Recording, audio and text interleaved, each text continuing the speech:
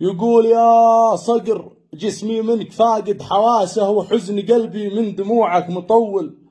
سياسة التجويع أسوأ سياسة، من ذي تبناها ومن ذي يمول. ونار الاستغلال نار الدناسة، هذا يعرضها وهذا يطول. يا صقر طبع الصقر عالي أساسه، لا ما طلع لابوه يطلع مخول. كان اليماني يهدم الحيد باسه، وصيتنا بين الخلايق يهول. والطفل منا لا تحرك براسه، يفرض على أهل الأرض حظر التجول. واليوم حالفنا الشقا والتعاسة، وصارت أيام الزمن في تحول. والصقر فرط فيه ربعه وناسه، واصبح ضحية في عصابة تسول. والصقر فرط فيه ربعه وناسه، واصبح ضحية في عصابة تسول. وعولنا بالله مولى القداسة، أما على الإنسان ما حد يعول، أما على الإنسان ما حد يعول.